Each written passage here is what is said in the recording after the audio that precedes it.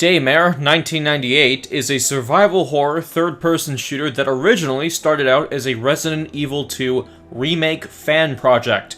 Of course, when an actual Resident Evil 2 remake came out, that had to be scrapped fairly quickly for obvious reasons. The developers Invader Studios decided to pursue an original game. Now, I was looking forward to Daymare because the game had a decent demo and the opening of the game had a lot of promise. You play as the bad guys in this game, or at least that's what you're led to believe. The opening of the game has you going through a facility where there has been an outbreak that may or may not have been intentional rather than accidental. You can tell right off the bat that you're not playing the jolly hero to save the day here. You're killing survivors, and your team isn't the nicest bunch of people either. They essentially all hate each other.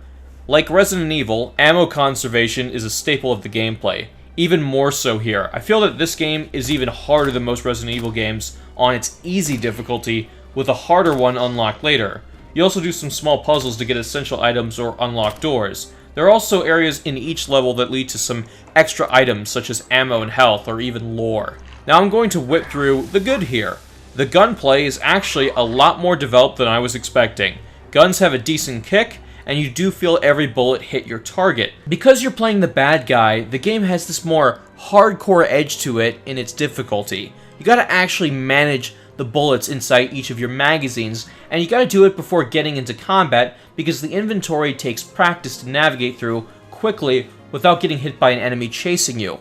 The game also has some great sound design through both the soundtrack and the environmental sound, and general sound effects like for the gun. They really nailed these aspects. Unfortunately, we gotta talk about what's wrong with Daymare, and as of this point right now, I am a little bit more than 3 hours in, I have no desire to continue playing it.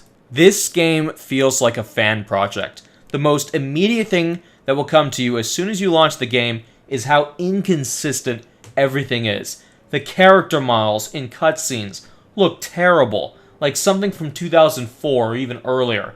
And I can understand this is a budget release. It's not supposed to have millions of dollars worth of 3D modeling and mocap put into it, but it hardly looks convincing.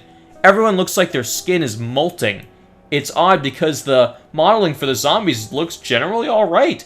Great even for a budget game. They also don't just look bad though, the main characters, they sound bad too. The English audio for this game is so terrible.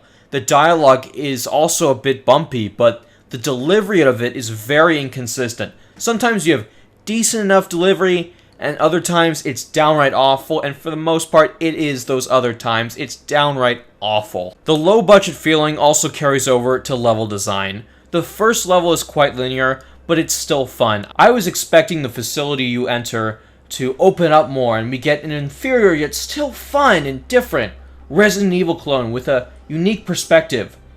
Could not have been more wrong. Not only are the levels extremely linear, feeling downright like hallways with doors you can't enter and areas blocked off, but the game's decided to tell its story with 3 different perspectives, which is a strange idea for a game where the selling point is to play the bad guy. The voice acting for the more likable protagonist in this game is terrible and a wasted opportunity. Sorry, I must have passed out. Hell of a nightmare, too.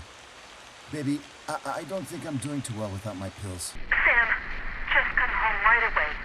What? Is something wrong? You might say that. We need to talk. Come home, please. Talk about what? Sweetie? Damn! The character has these hallucinations, which could have made for some really interesting mechanics, but he immediately takes his medicine before it's fully utilized. Awesome. To make matters worse, even though I praised the gunplay earlier, it's still not without issues. The controls are super clunky. Aiming just doesn't feel right, like I have to drag my mouse across my mouse pad just to point a few inches to the right. Animations are also a little bit slow, and generally some things don't feel as responsive. Even shooting an enemy doesn't give you enough feedback. Like sometimes you fire 2 shots and the enemy falls to the ground. Or you fire 2, 3, 4, 5, 6, and once you stop pulling the trigger, the enemy falls to the floor. Like he was dead on bullet number 2, and your bullets were keeping him upright. It's not all doom and gloom. The story that's playing out right now does seem kinda interesting, but the voice acting is killing it for me. Some of the writing for the notes that are left everywhere that you find are interesting, but sometimes they just give you links to the game's website. Why? Why does my game have to stop dead for something stupid like that? Overall, the game has some very good things going for it, but it comes up so short, so much, and it just reeks of being a fan game rather than a game you'd pay money for. This is an example of a game that just needed a bigger budget. I can see a lot of potential here, but all the problems completely bury it. Anyway, guys, that's pretty much it for me. It was a shame because I really wanted to like this game. Unfortunately, there's just too many little problems with it. But hey, if you like this video, you can check out some of the other ones I have listed right here. Thank you so much for watching. I'll see you next time. I'm out.